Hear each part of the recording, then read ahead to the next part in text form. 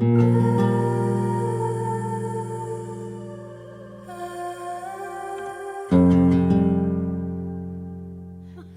and welcome back to Coven. This is a podcast where we commune with our dream coven and explore the archetype of the witch. Do you have a magic moment? Yeah, I do actually this time around. My magic moment is that my bestie, my best friend Lydia, told me that one of your videos came up on her For You page on TikTok. Your video telling about your crazy experience with those people. Oh. And she watched all of it, and ever since then your videos have been coming up on her page more, and she watches every single one and she loves them. That's awesome! Hi Lydia. She said you remind her of her aunt, and she's obsessed. So that's my magic moment. That's awesome. Wow, cool. Yeah, that's a really weird story, but it's absolutely true. Yeah, I remember you telling me that story. If you want to know what we're talking about, check out Coco's TikTok. Crazy.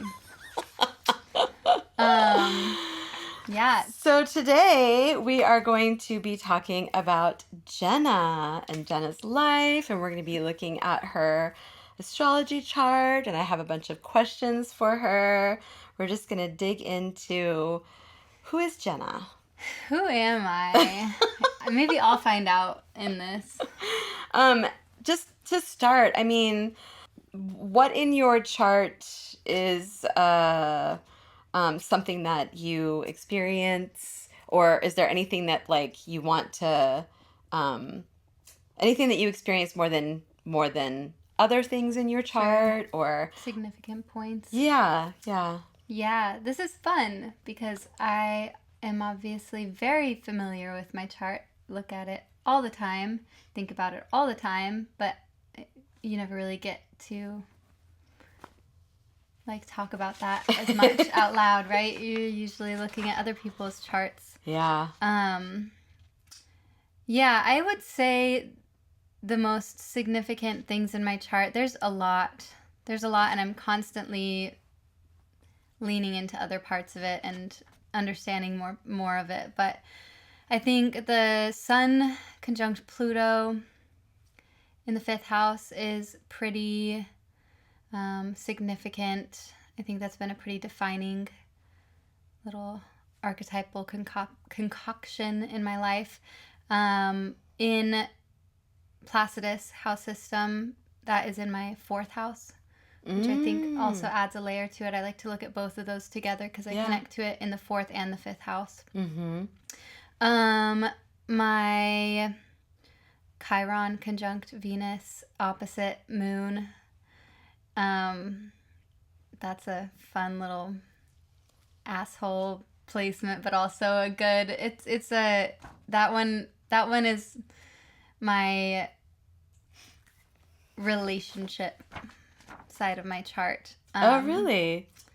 Yeah. Say more. And my art side of the chart, but it's forming a T-square with Uranus and Neptune. Mm-hmm.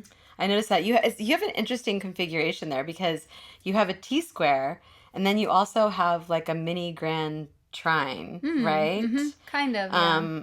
Or I don't know what. I mean, is there a name for that configuration there where your Sun is trining Saturn, and then there's both sextiling Uranus and Neptune. Yeah, I think Becca calls that the humble trine. The humble trine, yeah. Yeah. Mm-hmm. Yeah, T-square and the humble trine, yeah. There's layered on one on top of the other. Yeah, which it does feel that way. I feel a sense of like it's very contradicting, a sense of like intense struggle and conflict and tension, but then also this underlying sense of like ease and everything works out perfectly fine and exactly how it's supposed to, and I'm always going to be okay. I think the Venus Chiron is kicking my ass most of my life. I think I have recently started looking into and learning about like love addiction. Have you heard of sex and love addiction? No. I never thought I resonated with it because I didn't connect with sex addiction, but all my life I've been like obsessive about like love and crushes and partnerships, like to the point where it completely took over. And I just think about that a lot with my Venus conjunct Chiron and squaring Neptune. Well, and the fifth house too, Sun, Pluto, Mercury, that stellium that you have there, like the fifth house is romance too. So And the Sun, Pluto, yeah, power, obsessive. Sorry, everybody.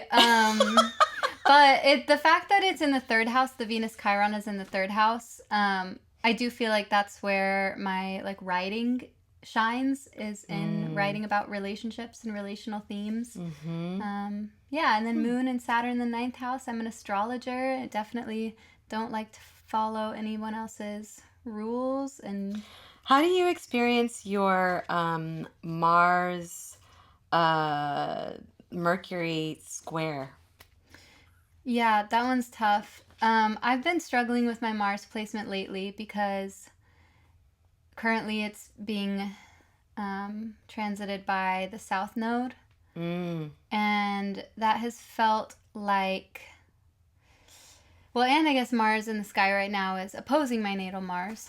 Yeah, it's felt like an energy zap. I've struggled, I think, with my Virgo Mars for a while. I have a hard time understanding how that energy wants to manifest, other than I think I am very perfectionistic, especially when it comes to like taste and I can attest to that. Yeah, I know. I have a very clearly defined like aesthetic taste and vision, Dusty. But I don't necessarily know how to achieve it all the time. But I know when something is wrong. Like I think that's really where it is I have like my eye for like judgment and critique is really loud, both for myself and externally, but I don't always know how to fix it, but I just know when something is wrong. I know when something is not working. And then squaring that Mercury and Sag is kind of just impulsive and wants to let it go, doesn't want to care, wants to move on, gets bored really easily. And so the Mars in Virgo will be like, no, this is wrong, this isn't right, but Mercury and Sag is already over it. Wants to move on. I don't want to deal with it anymore. I noticed it, no, I just want to move on. Yeah, and it's like, okay, it's not perfect, so whatever, it's not working, like, fine, let's just not do it then. That's mostly how I notice it. And then, what about your Mars-Jupiter trine? Well, when I don't just get over it, when I do actually put in the work and, dedicate myself to something, commit to something and put in the work and give myself room to take things slow and find grace and patience, so much blossoms. Also, Jupiter in the sixth house for me, I found that every time, as much as I hate the service industry and I have hated working underneath other people or in jobs, I've always had the most abundance, and the most important life changes happen through those places. So I decided to move to San Francisco, working in a coffee shop. I met Josh in a coffee shop. I met you not in a cafe or service It was kind of like industry. a cafeteria. It was like the cafeteria. But it was, yeah. It was a cafeteria, and it was like for a school orientation. It was something that was like about the mundane reality of things. And like so many of my closest friends I met in working in restaurants with them. So yeah, I feel like my mind, when I'm somewhere like that where I don't want to be, but I'm actively moving, my mind is full of ideas, and I always used to come up with like my greatest plans and ideas and manifestations while in those places that I really did not want to be. Interesting. Well, I have some questions for you, and then we can kind of refer back to your chart as we're going through. Yeah. So, tell us, where are you from? How were you raised? Tell us about your family, your parents, siblings. Yeah, this feels crazy. Um, like you already know this, Coco. Okay, I was born in Sandy, Utah, just outside of Salt Lake City. It's in the Salt Lake Valley, and my family moved to Austin, Texas when I was about a year old. Um, I am the third of four siblings. So I have an older sister, an older brother, and a younger brother. And I was born into an LDS family. My family is Mormon, like 8 generations back on Wow. either side, 6 to 8 generations back, pretty much from the beginning of the Mormon church. What about how would your parents and siblings describe you as a child? Like, what kind of a child were you? I was very imaginative, um, and very, like, I think I was often described as as a small child, very like sweet, and just really sweet and kind of like quiet even. Oh, really? Once I hit probably like 6 or 7, I turned into a complete menace. Really loud. Really loud and active. Well, okay, maybe when I was like 5. So maybe I'm thinking when I'm like 2 to 3, like really young. I think I was really quiet and sweet, and like watching home videos. I really just like was observing everything, and was just like watching my siblings, and wanting to do everything that they were doing, and mirroring so much. And I Mm. mean, now I've thought about I haven't been diagnosed, but I've felt that I am probably on the spectrum. And looking at my old home videos, we were watching them the other night. I just like see that so much in her. She was like getting all of her cues from like hyper fixating on what everything that was going around her, and so much of my personality was formed by just mirroring the people around me, which I think also that Venus in Libra. Um, Yeah, Venus Chiron conjunction in Libra, and then like right there at the IC too, you were talking about, generational stuff, yep. 8 generations back.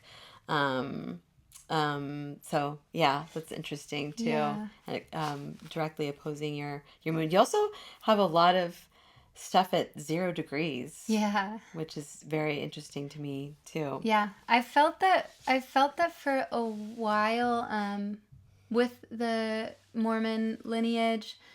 I've had a lot of like experiences and feelings that I have had, um, many lifetimes being a mother and a wife, where I Mm, did not really have the opportunity to chase my own dreams and live my own life. mm-hmm, And that this is a lifetime where I get to sort of break free from that and live mm. my own life, and be free to follow my own dreams, whatever they may be, and get to do that like first in my lineage, um, which I think makes sense for a lot of that. Yeah, yeah, it does. Um, what did you feel drawn to from an early age? What lit you up when you were a child? When I always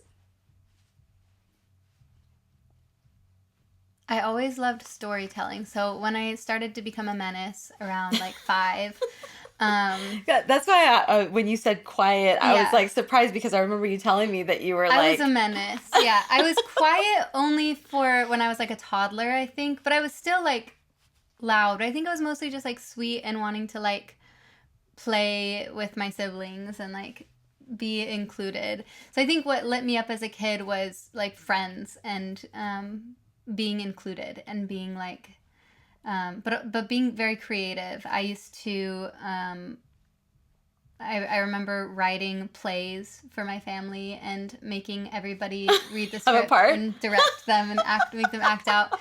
And we had a VHS camera, VHS camera, and I used to make little short films with my dad. So very creative, and I think I was writing songs from a pretty early age too. But I was just really socially oriented, I think, throughout most of my childhood, and it's something that I've like grown out of a lot of shame from. I used to wish so badly, like my older brother was a like prodigy artist, visual artist, painter, and it was just he just seemed to be born with this gift, and he was obsessed with it, and he would just spend hours just drawing and doodling all the time. It was like something that just poured out of him. And I used to be so embarrassed that I didn't have something like that. Like I felt like an artist, but I didn't have the thing that was just like compulsively doing it. I was so hyperfixated on like the social environment and the social hierarchies, and I was so randomly obsessed with popularity from Really? an early age. Yeah. Interesting. I don't know where it came from, but I remember the second that I started kindergarten, my first thought was, who's the hottest bitch in this room? who's the best one here? And I don't know where that came from. Maybe your Leo rising? Yeah. Trine Mercury? Yeah, but like, where did that come? You know, like what made me that way? From a psychological standpoint, I just have never I've been confused about that because nobody else in my family cares about that at all. I'm the only one. Anyway, but that's something that I used to have a lot of shame around. What was your intellectual and spiritual foundation growing up? Yeah, I was raised Mormon, so spiritual foundation was something I was just raised to believe that I was lucky enough to be born into the truth. And we were living in Texas, so even though I was born in Utah, I grew up in Austin, where there were not a lot of Mormons when I was growing up, more than maybe other areas, but I think I was like one of like 3 in my high school. And I just remember being taught like, you are supposed to stand out, you are supposed to be different, and it's because like you have the truth, you have the gospel. And isn't that interesting? I feel like every religion says that. Yeah. And Mormons, I don't want to make it I don't want to give it too much attention, but it's definitely I perceive it as a cult, but I perceive most things as cults. Yeah. Most group things as cults. And I think it's just a really interesting reflection of the United States of America. It's the religion of the United States of America. Mormons helped to colonize much of the West in America. And anyway, that's what I grew up with, and multiple generations back, and I didn't really question it for a long time until I did, and then I questioned everything. I think my first run with that was learning that my brother, who's 18 months older than me and is my best friend, feels like my twin, learning that he was gay when I was like 14 sent me through a whole spiral of things, where I just started questioning everything. And I think that's really when like my philosophical brain began, because it was like, well, if this isn't true, then what else isn't true? And like, why am I just believing all of these things when like this isn't true? And then I also like overnight became a feminist. Right on. I was definitely already a feminist. I just didn't know it yet. You have a profound relationship with Mary Magdalene. When did that connection begin, and what does she represent to you? Yeah. Because I know you like to bring her with you everywhere you I go. do. She's right here. Yes. Mary is someone who, she's a deity, a saint, goddess who I find is present with women who deconstruct from Christianity and or who are active in Christianity, but who find their own power within those traditions or from those lineages. She is not Mother Mary, contrary to popular belief. Two different women, both pretty sick. Mary Magdalene, though, I feel like, when was I first introduced to her? I don't know when. I think there was like a channeler or someone that I worked with or got a reading from who mentioned that she was a guide of mine, and I think my first reaction was like, come on, because I wanted to break free from my past at that time. I had like left the Mormon church a while back, and I was like pretty not religious at all, and I was hoping that when I like learned who my guides were, it would be somebody who was like, I wanted like Hindu guides or like different cultures I was like ashamed of or like embarrassed or didn't want to be associated with just like white Christianity. Or, like, let me be more dynamic than that. But she was one of my guides, and I remember being like, whatever. But I looked into her and I realized that she like works with women who have like a like religious trauma, but specifically from Christianity. And so I started just reading about her, learning about her. I found the book, The Gospel of Mary Magdalene. That's like an analysis of it, but the Gospel of Mary Magdalene is one of the Gnostic Gospels. Sort of, it's not technically one of the Gnostic Gospels. It was found a little bit later in the Nag Hammadi desert in, I think, like the turn of the century, late 1800s. And it's seven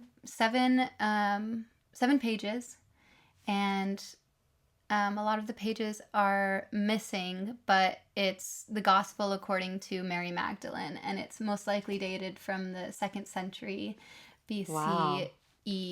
And it's really fascinating. It just was a cosmology that really resonated with me. It's essentially, the idea is that sin is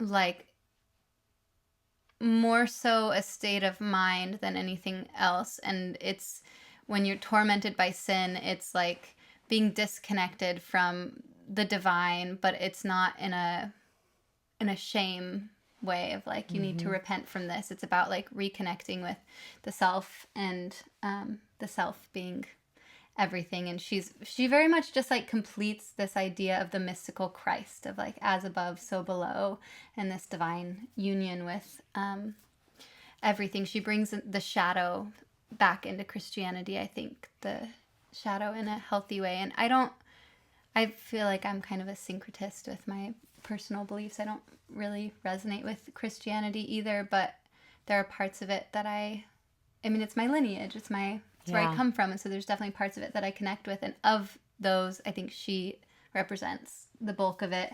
And then I also had an experience with her the first time I saw a hypnotherapist.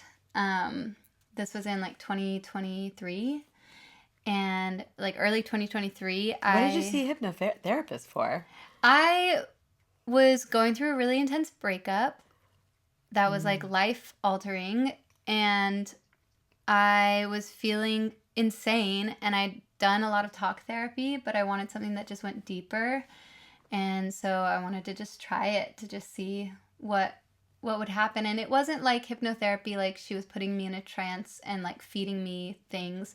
It was more of like a guided meditation. It felt like the active imagination exercise. Yeah. Which I think is probably kind of what she was trained in, that domain. But we did a lot of different meditations or hypnosis sessions. But one of the first ones was, I think it was a past life regression one that we were doing. Mm-hmm. And in that, there was a moment where I went to, I saw this, like, it looked like an ancient Greek building with like pillars and steps, like stone steps with giant pillars. And there was this woman in a red robe, and she was holding a white dove. And I didn't know at all who she was at the time. I thought it was a past life regression. So I was like, oh, I'm like, this might be a past life. And she was so confident, and she had like a crowd of people around her listening to her really intently. And she was just speaking, but so elegantly. And she wasn't being watched at with like desire. It was like total respect, but she was so gentle and she was so soft with what she was saying. And I remember thinking like, wow, it's crazy that these people are respecting her, because clearly this time is like not a time when people were respecting women in a way that they would listen to what she has to say. And then I heard her say, compassionate wisdom was like the phrase that kept coming to me. Compassionate wisdom, compassionate wisdom.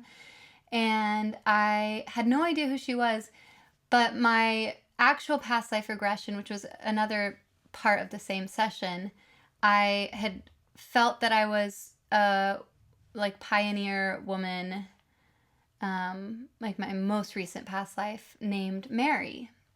And she was like a mother of and a wife in a polygamist family with like 7 kids. And the number 7 is really significant to Mary Magdalene. Anyway, when I got out of that, I was journaling that night about it, trying to figure out who this woman on the steps was, because I couldn't come up with a name. I couldn't figure it out. And then as I was writing compassionate wisdom, red robe, white dove, I was like, oh my God, that was Mary Magdalene. Like, that was Mary Magdalene, because she's always in a red robe. That's her thing. And the white dove is a symbol of Christ. And it was like you had her, it was like her archetype was coming through, right? Totally. I mean, I took that as like, I felt like that was Mary. Like, I felt like that was her. I just felt like she's a guide with me. Like, she feels very present with me. Or she did at that time. And I still, I don't feel as connected to those realms as I used to, but yeah, it was interesting because she came in at the same time when she was saying compassionate wisdom. My paternal grandfather, who's passed on, showed up, and he was saying, not like me, not like me. Oh. He was an Aquarius. There's nothing wrong with Aquarius, I mean. Yes. Yeah. But if I have an Aquarius moon. But if you're an Aquarius man, go to therapy. Oh, okay. But he was a teacher, and he taught Bible school. He taught seminary in Utah. And so we used to get in like the most heated debates about like theology and philosophy. Like, he was a poet, but he was very like strong in his ideas about morality and religion and faith, and he was very like aggressive with his dogmatic like beliefs, trying to teach everybody and guide everybody. And then you had Mary, who was over here talking about compassionate wisdom, and she was speaking so gently, so calmly, and she was holding this dove, and it was so assured and confident and powerful, but gentle and soft. And he's over here, and so it was just these two, and it was like he was coming in saying, not like me, not like me, not like me. Interesting. So very interesting. Oh no, it's okay. I've always wanted to know about like your relationship with Mary Magdalene.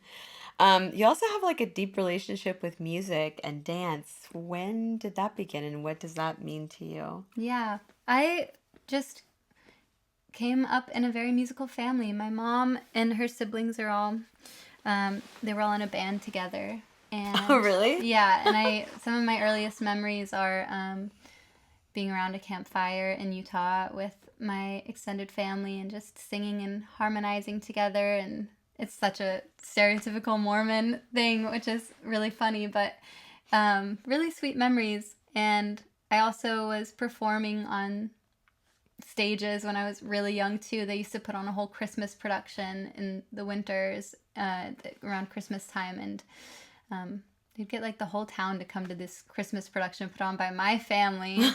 And so I'd be like 2 years old, very young on stage performing. And then I just did theater as a kid, and I just always loved to perform. But singing specifically, like, I don't know if it's just because it's something that was always validated that I followed it. It was like the thing since I was a kid that was like, wow, her pitch, like she's got such a beautiful voice, that I just continued it. But I'm always singing. My mom is always singing. And then dance is something, I always felt like I was a terrible dancer. I was always really uncomfortable in my body. I felt really awkward. I was always really inward. I had a lot of shame, a lot of insecurities growing up. I didn't learn to love dance until like 2020, which I have a transit chart for, actually. Oh. We don't have to get into it yet, but in 2020, COVID lockdown happened, and I was spending so much time alone. And it was the first time my whole life that I felt actual autonomy, because I grew up in a small house with 3 siblings and a very, very present mother. And in 2020, I was living with roommates, but it was like I became unemployed, and I just spent a lot of time alone for the first time. And I started allowing myself to move, and like I started doing yoga, and I started to see what it would feel like to just let myself dance. And then I fell in love with it. And then I started going two-stepping every week. And going two-stepping was this like incredible experience. At first I was really shy, but once I started getting more comfortable and going weekly, it started to feel like the thing I was the most ashamed of, which is like my people pleasing and my hyperfixation on social things and my ability to read body language so well, like this hyperfixation on body language became a superpower, because suddenly, as if you're following in dancing, all it is being able to adapt and to read body language. Pick up on all the subtle cues. Yeah. And I was really good at it really quickly, because I've been doing that my whole life.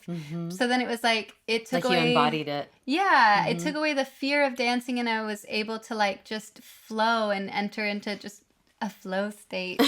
Well, it's interesting because like there's this huge planetary parade here in the 6th house, going through your 6th house at the time. So Saturn, Pluto, Jupiter, Mars, you were talking about like how you started to move and like do yoga and get like more in touch with like your physical body. And I associate the 6th house with physical body. But was there something else that you were noticing? March 3rd, 2020 is when the tornado went through Nashville when I was living there. And it destroyed the street where I worked. And my work, it didn't get totally destroyed, but it, like the windows were busted, and so we were out for a week from that. But also a bartender that I had worked with in the past, that was an old coworker, I didn't know very well, but I had worked with him, was one of the 2 people who died in that tornado. Oh my God. And I think the Saturn, Pluto in the 6th house of work and jobs, again, like literal death from like a coworker, but also my job was shut down. And the community was just completely devastated. It felt crazy. And I remember the next morning being like, I was like expected to go into my other job that I was working, and I was like, what? Like, we're just going to work pretending like... Yeah. Like, what do you mean? Kind of how I feel right now. Yeah. Yeah, it was crazy. I think I just ended up not going in that day because I was like... I think maybe a lot of them didn't live in East Nashville, so they didn't maybe recognize how, because I was living in East Nashville, which is where the tornado came through, and it didn't hit my house, but I heard it. Anyway, it was crazy. But then the next week, so our restaurant was shut for a week for repairs, and then the very next week, we reopened, and then the next week, like a couple days later, COVID hit and shut it down again. So it's just all of that in my 6th house, Capricorn, where I have a lot of things already. It felt really emphasized. Interesting. Yeah. Well, yeah. And I mean, it sounds like everything that you were focusing on at the time was all of your energetic attention was being brought to like that area of your life, you know, your physical body and also work. Yeah. And, you know, Saturnian experiences with that. That's also the time that I had my, what I would call spiritual awakening, and that's when like I turned pretty hard to astrology, and that's when like so much shifted for me. Interesting. Venus conjunct your moon in the 9th house, and Chiron up there, which has been up there forever. I know. I literally, when I printed this out, I was like, oh, it was That's when it was like at 4 degrees. Yeah, it feels like it's been there forever. It has been there forever. Yeah. So tell us what brought you to San Francisco. Yeah, I grew up in Austin, and then I went to college. I had my undergrad in Nashville, Tennessee. So I moved there when I was 18 for music. And was there for like 8 years, which I don't think I would have been there that long but COVID happened. And then I graduated college in 2019. And then, COVID hit that following spring. And so it felt like as soon as I was like entering into the real world, everything got shut down. Yeah. So that I think halted a lot of things, and it just felt like, well, what am I supposed to do? Where am I supposed to go now? And then I got into a pretty intense relationship when I was 24 for a couple years, which really just like felt like getting put into the pressure cooker of like, it felt like alchemy. Like, honestly, that relationship felt like, all right, on to the next phase of your life. Like, put you into this just intense rebirth thing. And I definitely needed that as like a catalyst for peeling off old layers and revealing something else that was underneath. And what was underneath was this passionate, intelligent, creative dreamer who just wanted to make anything that I wanted happen. So I started to journal a lot. I started to get really clear about what exactly I wanted, to stop being afraid about asking for what I wanted, to stop being embarrassed about what I wanted or ashamed of it, to stop being afraid to be seen or to want to be seen. And from that, just it is such a long story, but I'd been studying astrology. I opened an astrology practice in 2022. I had been reading Cosmos and Psyche by Richard Tarnas, and I was working in a cafe, and my relationship had just ended and was exploding in my face, and somebody that I was working with was going back to school to get her PhD, and I remember thinking, that is crazy. Like, that's amazing. Good for you. I couldn't be me. I hated school. And she was like, you might be surprised. Like, there's something for everybody. And I was like, the only way that I think I would do school is if like I could study this kind of stuff in school, but like that doesn't exist. Yeah. So she was like, you should look into it. Like, maybe. And something about that conversation I just couldn't get out of my head, because it just felt like, oh, wait. Yeah. Like, something about it just felt like, yes.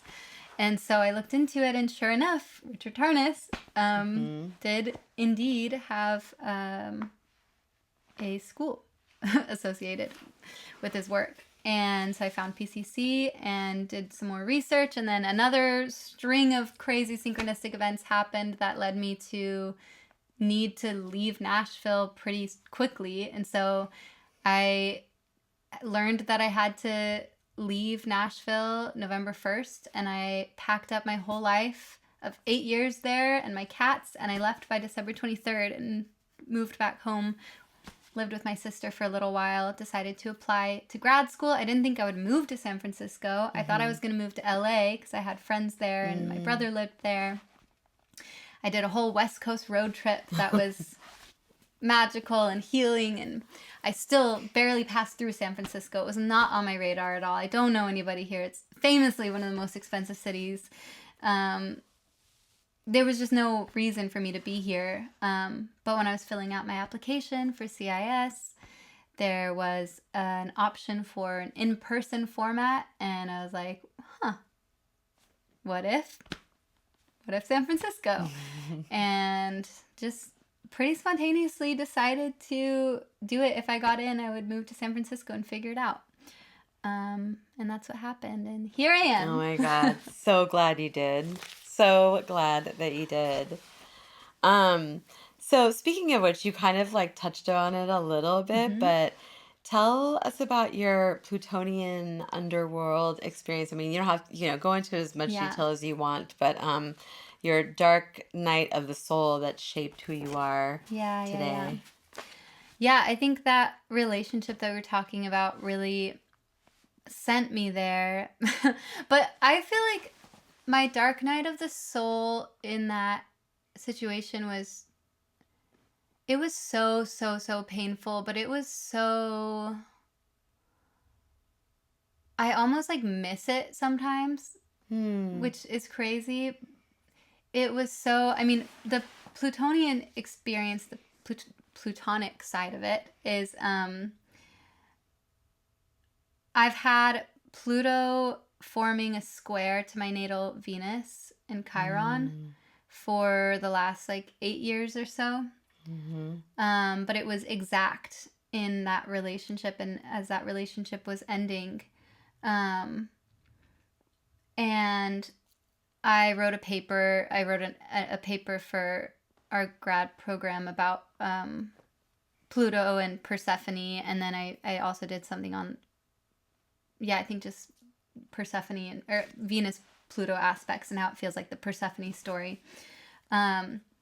It really felt like that was my first experience going to the underworld. I really connected with the archetype of Persephone in that time because it did feel like I had been totally oblivious to the truth of who I was until going through that. And I'd always been very like interested in psychology, and obviously I was already into astrology, and I was already into mysticism and spirituality, and I was like, really into like relationships and attachment styles, and I was like hyper aware of all of these things, all of the buzzwords that people talk about, and I thought I was really aware of myself, but that relationship just took me to the depths, helped me really observe some things about myself, for better and for worse.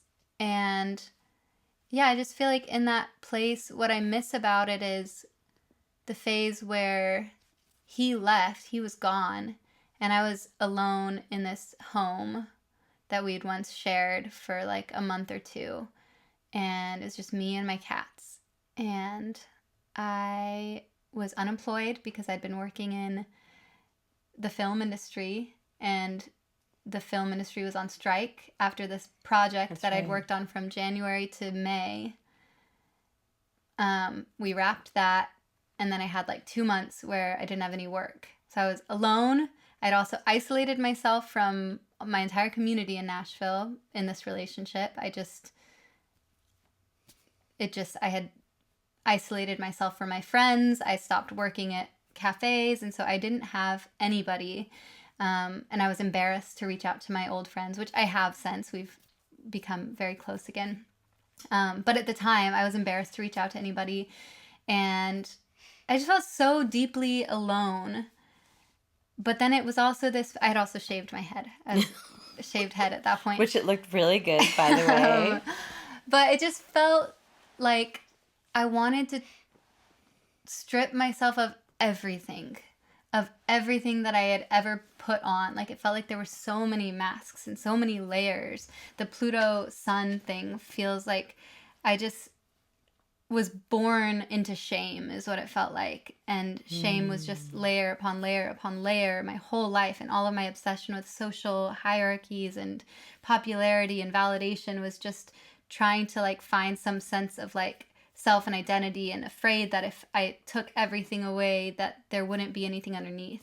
I remember being so afraid growing up of people would say like, you just have to be yourself, you just have to be yourself, and I would be so confused because I'd be like, what do you mean? Like, I don't know. I know exactly what you're talking about. Like, what does that mean? But it's really what does it mean? Profound when you do figure it out. Yeah, and I think for me, at least, sometimes people I think are born with a really strong sense of self and identity and interests, you know? Like, I wish. Yeah, and I was always really ashamed of that and embarrassed. Like, I still struggle with that, feeling like because I didn't have that from an early age, that there's something less than about me, or I'm not as like prolific of an artist, or I'm not as like, I don't have as much depth because I wasn't born with that kind of thing, you know? But in that time when I was going through this breakup and I was really isolated, I made it a point to just strip absolutely everything away, to find, if there was nothing there, I was going to find nothing. And I wanted to just like peel it away. And I started dancing a lot more, and I started running, and I started listening to music. I remember listening to music in that time felt like I had never before listened to music until that phase in my life. And suddenly I understood music. It was like, oh, this is why people connect with this, which I loved music before. I was always a musician, but I just had never connected with it so deeply. And I was writing the best that I've ever written in my entire life. I was like, I just was coming alive in that pain. Isn't that interesting? Like that's, you know, because we had to, you know, I wanted to go through a bunch of my stuff just to like, you know, prepare for, you know, these 2 episodes where we talk about ourselves. And I was reading some of my journals to Chris, and I was like really surprised at my writing. Yeah. And it was when I was in the worst place ever. Yep. I think I wrote at one point like, I'm hitting rock bottom, but I found buried treasure down there. Like, yeah, you get to the very, very bottom, and then you realize, oh, there's actually like, this is where all the good shit is. Yeah. So I definitely don't miss feeling. So when you peeled it all back, there was treasure there. There was a treasure there. So much treasure, and it was euphoric, and yeah, that totally felt like a rebirth, that plutonic rebirth. So I feel like that's a good segue for this question, which is, one thing that strikes me about you is your boldness. You seem to have absolutely no fear. Do you feel like that came from that experience where you were just like, fuck it, I'm just gonna do whatever I want and I don't care? Yeah. I mean, I have so much fear. I still have a lot of fear, but I definitely, that definitely gave me a sense of like, oh, I will be okay. Like, I got through that, and like, I have such a confidence in my resilience and my strength, I guess. And also, I come from a line of ridiculously strong women. And my mom is like such an incredibly strong woman. And like, I grew up watching her handle so much and do it so well, and like see her be afraid of like, how is she gonna feed or house her 4 kids and her disabled husband, but figuring it out every single time, and like seeing her panic and then seeing it be okay. And I think that just gave me a sense of like, everything will be okay. Like, even if it feels so panicky, like, it's gonna be okay. I'll figure it out. That's Mary Magdalene, your guide, right there with you. Yeah. When were you first introduced to astrology, and when did you begin to take it seriously? I think I was always vaguely aware of astrology. I think I always found it really interesting. I was always really interested in personality tests and assessments. Nobody ever knows what this book is, but I'm going to say it on the podcast because somebody will. There was a book called Coke or Pepsi. Oh, I never heard of it. Yeah. I think it was like a really niche, like only my age, because every time I say it to somebody who's like kind of in my generation, but like a year or two older or younger, they don't know what it is. I have yet to meet somebody who knows what I'm talking about, but it was huge. It was huge in like the 5th grade for me. But it was this book, it was like a survey book that you would like pass around to people, and it would be like, it's like would you rather questions, like cats or dogs, Coke or Pepsi. Right. And I used to love to get everybody to like fill out a page in my book. I just thought it was so fascinating to look at what everybody was into. And then my mom had a best friend, Celeste, who was like an expert handwriting analyst. She used to be able to tell you everything about a person based on a paragraph of their writing. Wow. Their handwriting. She was obsessed with like the psychology of handwriting. And interesting. Yeah, and so we used to have her like analyze people's handwriting all the time because it's so interesting. And this was when I was in middle school, and I listened to what she was saying, and then I would go to middle school and I would analyze people's handwriting in middle school, and people would come to me and be like, can you tell me what it means? So I was like giving readings with handwriting. And then I got into Myers-Briggs, I guess, in high school a little bit. The personality types with that, not as much. In college, I came across the Enneagram. I don't remember when, but I got really invested in the Enneagram for a bit, and I feel like I was the Enneagram go-to person people were asking questions about.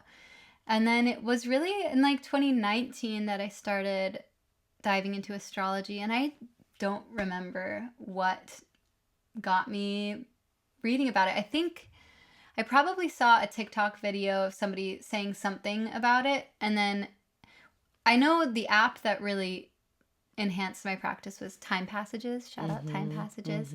Mine too. That's where I learned everything. I just started deep diving into all of my friends' charts and my family's charts and my own chart, and just skyrocketed from there. You have this incredible drive to put art and beauty out into the world. What inspires that in you? I don't know. I just have it. I don't know. I just think that when I'm in a good place, when I'm in a happy, healthy place, I feel like I have a really enchanted, magical, and fun perspective. I feel like I see the world with so much beauty and mystery and awe. And to me, that feels like a perspective that could be really healing to a very sad and unmagical reality. Disenchanted world. Yeah. So I don't know where it comes from, but I just want everything to be beautiful. So tell us about the podcast. How did that come about, and what does it mean to you? Yeah. See, I'm talking too much, but all of these are like long answers. But I'll keep it short. It also came about in that 2023. I wanted to print out a transit chart for 2023, but it was just like the whole year. There were so many parts to that year. I couldn't pick which month or which day was the most significant. But that year was crazy. It was that same year where I was going through a breakup and had this dark night of the soul feeling. And Riley, who I started the podcast with, was living in New York at the time. And we were friends. We met in Nashville before she moved to New York. and she was my witchy friend. Like Mm-hmm. that was how we really bonded, is that we were each other's witchy friend. We were the only two that were into spells and astrology and tarot, and would go to witchy stores together. And I came across the book, Cookie Muller's book, Walking Through Clearwater in a Pool Painted Black, and was obsessed with it and had Riley read it. I told this story in Cookie's episode fully, so if you guys want the full story there, you can go check it out. But yeah, we long story short, we wanted to tell her story. There was a crazy synchronistic moment where I ended up flying to New York very last minute to attend a funeral. Again, you can listen to the full story of this. I'm trying to figure out how much to leave out, but it's a really interesting story. Check out Cookie's episode. But yeah, we when we were in New York, we just had this really strong feeling, and there were so many synchronicities that we needed to tell the story somehow, but not just her story. We wanted to tell the story of so many women, and like we were so shocked that not a lot of people knew who she was, and she felt so significant, so culturally significant, and so powerful, and so wonderful, and she was so inspiring to both of us. And so we decided to start a podcast, and it was an idea that Riley had had for a while, which was like your dream dinner party, but with a coven. Mm-hmm. Your dream dinner party, but make it witchy.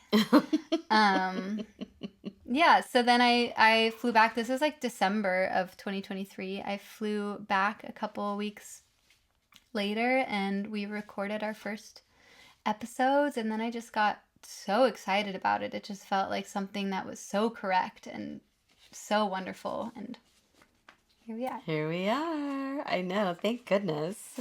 Thank goodness you decided to do that, because I love it. Mm-hmm. Where do you feel you are right now, work-wise and spiritually and intellectually? What chapter of your story is this, and where do you see yourself going?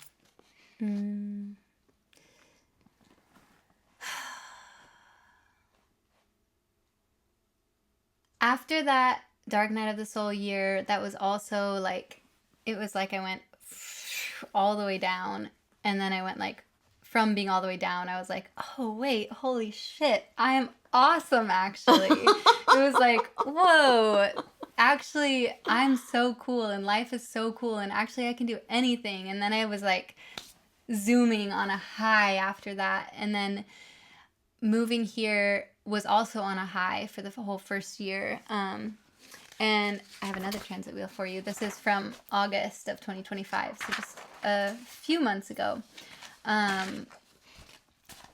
Around this time is when things started getting really real.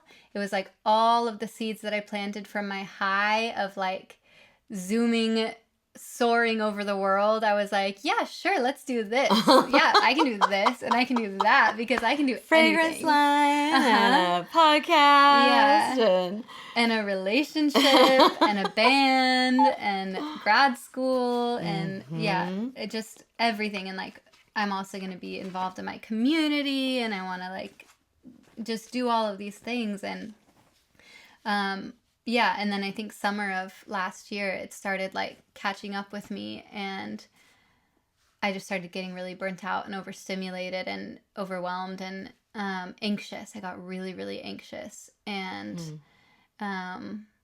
yeah, and then I also like getting into another relationship, even though this is a really wonderful, beautiful relationship, realizing my attachment wounds are not totally healed, you know? Like, just because I went through a dark night of the soul and I got out of one relationship doesn't mean that they're better now. Like, you're not going to be triggered until you're in a relationship again. And then you still have to work through that. And so working through those, and working through actually putting the work in and committing to something, a seed that I've planted. Now I have other people involved, like you're here now, and like it's not just me anymore. No. It's a whole team of people who are expecting things from me, and it's a lot, and it's like a Mm-hmm. business, and it's, yeah. So I always think about your Aries moon, like, Aries, very, very strong initiatory energy, right? yeah, But then, confident and phew. slightly delusional.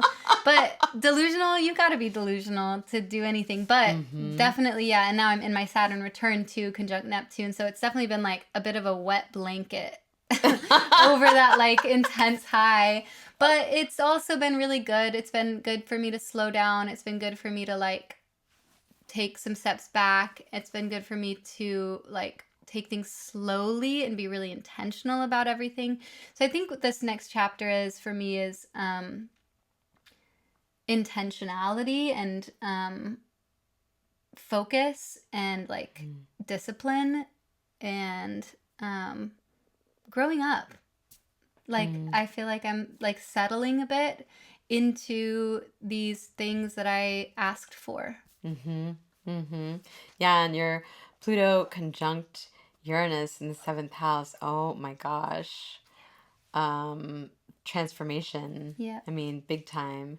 And then, yeah, your Saturn return, and then Chiron, conjunct your moon, just kind of going back and forth over your moon over and over and over again. Mm-hmm. My Chiron is there. And so like Yeah, it's been right. going over my Chiron Yeah. over and over and over again. So It's yeah. a pain in the ass. Was there anything else that I'm not seeing that you No, you were? pretty much got it. I mean, Oh. also my Jupiter opposition. Oh yeah.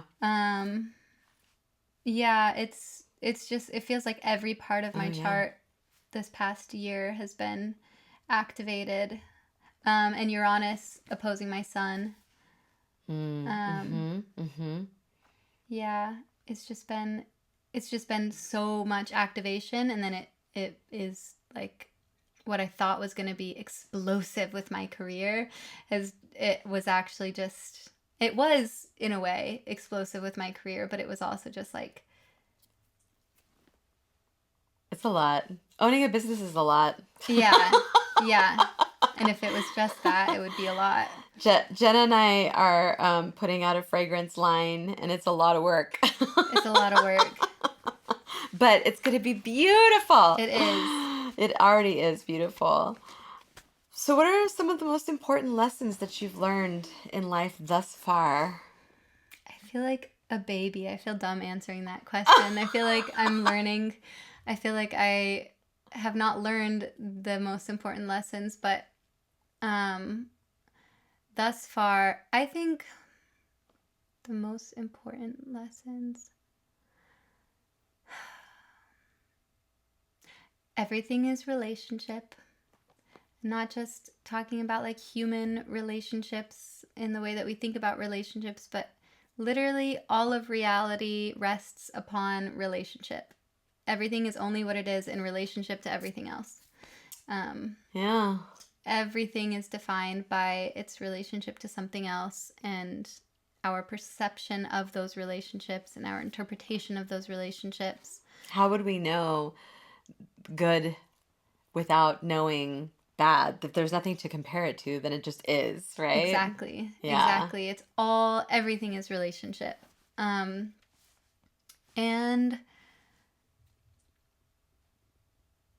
everything's gonna be okay.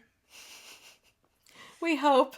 Like, it either is or it's not, and Yeah. even if it's not okay, that's okay. Yeah. Like, Yeah. even if the world ends, it like worst case scenario, apocalypse and the world ends. And what does that mean, the world ends? Does that mean that humans get wiped out? The world will still be here, right? Exactly. Yeah. If humans all got completely wiped out, like, that would also be okay. It would be okay. Like, I think it just everything, like, everything's okay. Yeah.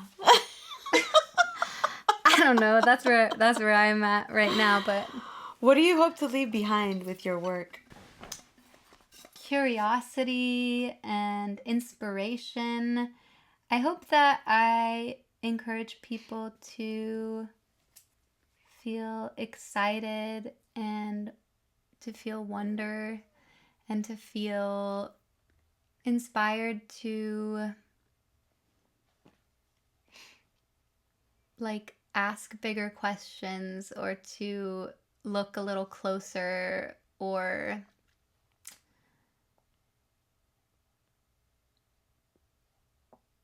have just little moments of gratitude. I don't know, I just want to leave behind beauty, capital B beauty, like archetype of beauty and wonder and curiosity. And I want people to feel bold in their expression. I love when people take risks with their art and ignore rules and authority. I love when I inspire somebody to quit their job. It feels really good when somebody's like, you inspired me and I left this job I've been wanting to leave for a long time. I'm like, see, you can do it. It's okay. Everything will be okay. Yeah. Yeah, anyway, that's my answer to that. Why do you find astrology to be important today?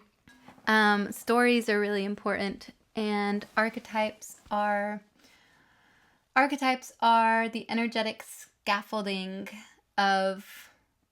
That was my next question, so yeah. Yeah. My next question was, what do archetypes feel like to you? So if you want to combine. I'll do a 2-in-1. Astrology is it works with archetypes. It's an archetypal language, and archetypes are this scaffolding that is holding the reality that we're perceiving, or the reality that we're living, or this experience. And it's not only the scaffolding that is like informing this reality, but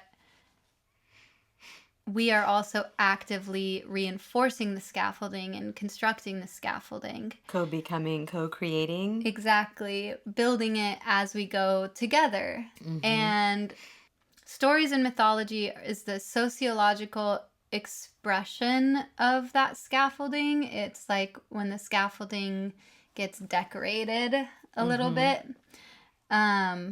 And astrology is somewhere in between story, mythology, and archetype. It like intermingles with all of those. And because it sort of transcends, there are different traditions of astrology and there's different cultural practices with astrology.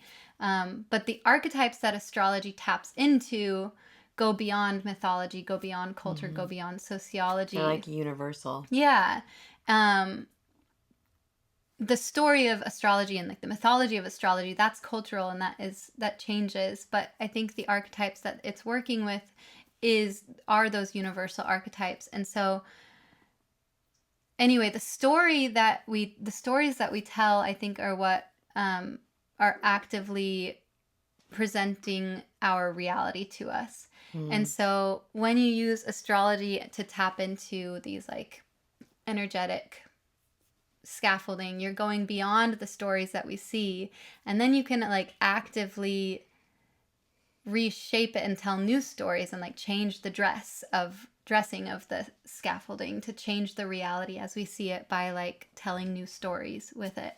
And astrology is an archetypal language, so it's like being able to rewrite these stories or to co-create with these stories in a way that's far more intentional and liberating and cohesive and communal. I agree. Are there specific archetypes or myths that you find yourself relating to or identifying with more than others? Like I know Mary Magdalene's one, but and Persephone is another. Who else? I mean, the sun and the moon, the luminaries. I think the sun is one that I connect with a lot, being a Leo rising ruled by the sun. But other I mean, Lilith. Mm-hmm. Mm-hmm. Like Hecate for a while. Also, Shiva was one that I felt connected to for a bit. I think I often connect with like shadow deities, shadows, and which is funny being ruled by the sun and connecting to the sun as well. But I feel very deeply connected to just like shadow archetype as a whole. Well, it's kind of like what you were talking about earlier. Like, everything is relational, right? You can't have one thing without the other. So with the sun comes a shadow. Yep. Yeah. So that brings me to my final question, which is, well, it's a three-part. How would you define the archetype of the witch, and do you identify with the archetype of the witch? Why or why not? The archetype of the witch has changed so much in my perception over the course of this podcast. I've learned so much about it and have developed such a close relationship to it. I think that the archetype of the witch is just that which exists in direct opposition to the power structures that be. It is an individual who exists outside the lines of society, who is like the antithesis of what is in power, but holds an equal amount of power, if not more power, because they don't adhere to the expectations or the limits. Somebody who transcends limits, I guess, who transcends boundaries and restrictions. And I think of this book that my mom used to read us growing up that I really loved and resonate with. It's like Wemix and Puncello or something. It's like wooden people. It's a village of wooden people, and they all put either dot stickers on you or star stickers on you. And the more stars you have, the more valued you are in society, and the more dots you have, the worse you are. And there's neighborhoods for the dots, the people with a lot of dots, and there's neighborhoods for the people with a lot of stars. And one time, Punicello, the main character, he goes to the creator's cabin, the carpenter's cabin, who's making all of them. It's very Christian coded. He goes to the creator's cabin who's making all of them, and he says, "What's like? How come I have all these dots? No matter what I do, like I just keep getting dots. I can't get any stars." And the creator's like, "You should go visit this girl who's around the corner. Like, she doesn't have any dots or stars, and she's super happy." And he's like, "You are special because I made you." We could unpack that, but he's essentially like, it doesn't matter. The dots, the stars don't matter. Like, these rules of silly society are things that these Wemmicks, these wooden people made that like aren't even relevant at all. And so he goes and visits this woman who has no dots or stars, and he's like, the witch. And he like puts a star on her because she thinks it's so neat, and it just falls right off. And she's so happy, and she's like, doesn't matter, like once you stop caring, like they don't stick at all.